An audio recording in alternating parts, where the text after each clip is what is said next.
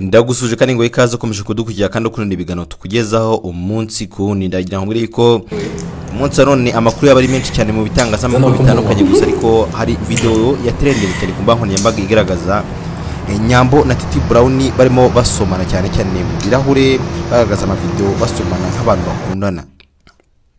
Izi ni video zagarutsweho cyane cyane namwe bakoresha mbango nyambaga avuga yuko rero abantu baba baramaze kujya mu rukundo nyuma yuko bavuze yuko batagikundana ari aba besto. Muribuka ko abangaba bakanyujeho mu minsi yashize bavuga yuko ari aba besto badakundana, biza kurangira bavuga ko bashwanye, banakwa na filime, yewe hari na filime bagiye bakura zacaga kuri channel ya Titi Brown. Ariko nyuma yaho bigenda bikurura impaka nyinshi ku mbango nyambaga avuga yuko abantu baba bakundana nyamara ariko baragize uburyo byageze nabo bavuga yuko abantu baba bagiye gukora ubukwe ariko none bikaza kurangira ngo bitabaye. Nyuma yaho rero biza guteza ikibazo, benshi bavuga yuko ibingibi ari ugusa nko babeshya abantu cyangwa se abakurikira kugira ngo batagumya kugenda babagendaho.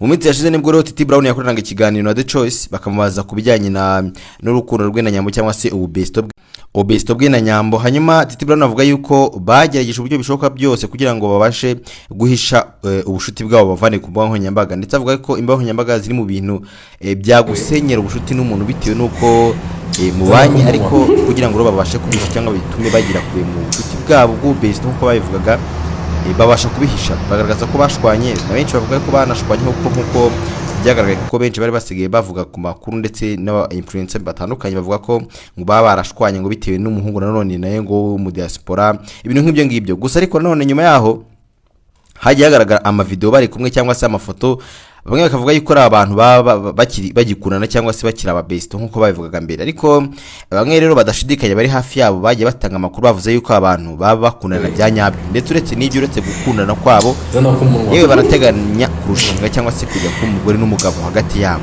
Gusa ariko none bamwe bavuga ko byari ibihuha byo kuba umugore n'umugabo hagati ya Nyambo na Titi. Ariko none uretse n'ibyo byavuzwe ko mu mpera z'umwaka twatangiye ariko 2025 bari kurushinga, nubwo bitavuzweho rumwe, ndetse kandi hari bamwe batabyemeje ndetse cyangwa se ngo bavuge batange n'ibihamya gusa ngo byari kuba. Ariko none bamwe bakavuga ko ahubwo mu minsi iri imbere ariho bateganya gukora ubukwe uyu mwaka 2025 ushaka kurangira. Batubwiye amatariki sinamenye, ariko amakuru ari nuko aba bombi rero bivugwa yuko ngo baba bari mu rukundo rumwe rw'indani, kubera yuko amashusho yagiye hanze agaragaza uburyo basomanaga ngo nta mabesto cyangwa se abantu b'amabesto cyangwa ngo besto wawe w'umukobwa ushaka kuba mwasomana bigeze hariya ari besto.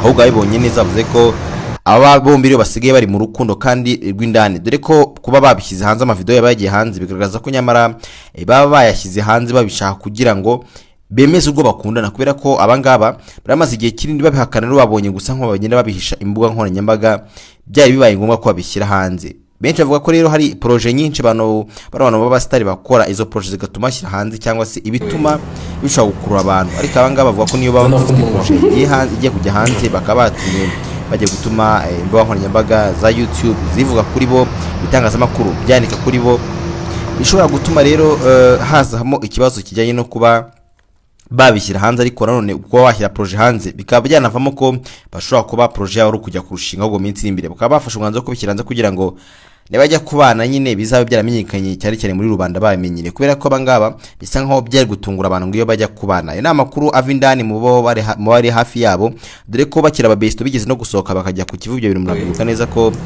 bagaragaza ko nyamara n'ubwo ari ababesto bamwe bakajya bashidikanya bati se ni gute ababesto baba bameze batya. Ababesto barasohokana bakarara n'ahantu hamwe. Benshi cyane mu bakina na filime harimo n'abayobozi babo bya filime cyane cyane nka Clement, bagaragaza ko nyamara abantu nubwo ari ababesto ariko nyamara harimo ikindi kintu kidasanzwe, kuko abagiye batanga ubuhamya bagiye bagaragaza Nyambo na Titi bashobora kuba bakundana, kubera ko hanigiye mu kiganiro ugiye kubona ukabona umuntu aracitswe arabivuze. Muribuka neza mu kiganiro The Choice yahaye murumuna wa Titi witwa Thierry, yamuhaye ikiganiro ariko Thierry aza gucikwa mu kiganiro avuga yuko Titi na Nyambo bakundana. Avuga ati barakundana ariko aza kwigora avuga ko ari ababesto nabo ngo ntago agiye yivanga mu bintu byabo. Navuga ko rero ari bo banavanye ubushuti bwabo ku mbuga nkoranyambaga babishaka, dore ko uyu nguyu Thierry yabicishwa akabivuga, ariko nyuma aho nabwo ari bwo yaje kwemeza ko nabo bahisemo kuvana ubushuti bwabo ku mbuga nkoranyambaga, kubera ko babonye ko imbuga nkoranyambaga zazabasenyera ubushuti. Aho cyane rero imbuga nkoranyambaga zizabasenyera ubushuti bahitamo kuba babirika ndetse bakanabihagarika, bagahitamo ko bakwibera inshuti ariko batabushyize hanze. Uyu munsi none rero niho video zabo zagiye hanze, ariko ntawe uzizi video zagiye hanze ngo nibo bazishyize hanze cyangwa se ikigaragara ko nibo bazifashe kandi bazifashe n'abantu bahari. Ikigaragara nuko wenda hari abashuti babo cyangwa se bazipostinze ahantu runaka cyangwa se abazivanye mu matelefoni yabo ko ntawamenya, gusa aribo bazisize hanze babishaka. Ariko benshi bagaragaza ko undi iyo umuntu ashaka gutwika arabikora, kuko hari na video zijya hanze z'ubusambanyi z'abastar bagira ngo batwike muri projet zabo. Ariko hari n'abavuga ko abatari byo. Rero na Nyambo ivuga ko baba rwose bari mu rukundo rukomeye cyane ndetse banitegura kuba baba umugore n'umugabo. Dore ko yavuze ati mwitegure hagati yanjye na Nyambo dushaka kubereka ibintu bidasanzwe mushaka kuba mudatekereza ko byabaho, ndetse kandi mwitegure ko tuhishiye byinshi. Muri make yabavugaga ababyo yavugaga abaye biteyeho comment bavuga ko aba bombi bashobora kuba yaravugaga kubana hagati yabo cyangwa gukora ubukwe umwe agashaka undi. Rero dore ko uyu muhungu bitwa T Brown Nyambo yamweretse ababyeyi ko nyina wa Nyambo bigeze guhura na T Brown, ndetse bavuga ko ngari inshuti cyane bidasanzwe. Ibi rero burya ngo uyu muhungu yatangiye kuba inshuti na mama wawe ngo bari ikindi kintu kidasanzwe.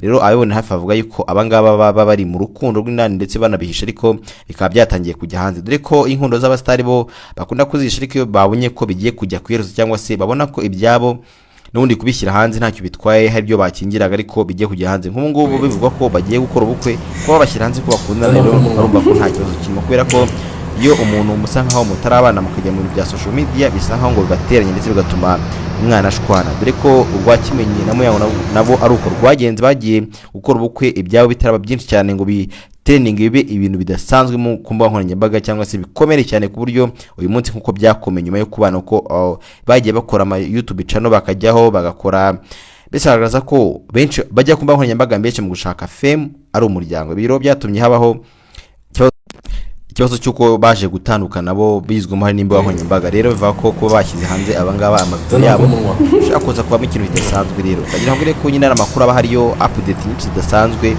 uzazikuranga yo gusarukwa natwe bakora subscribe, like, ndetse na comment kugira ngo ujye ubasha kubona ibintu bidasanzwe, ibiganiro byiza kandi bigezweho, amakuru ku gihe yo uzayakuranga. Komeza kugira byiza rero, Imana ikuri.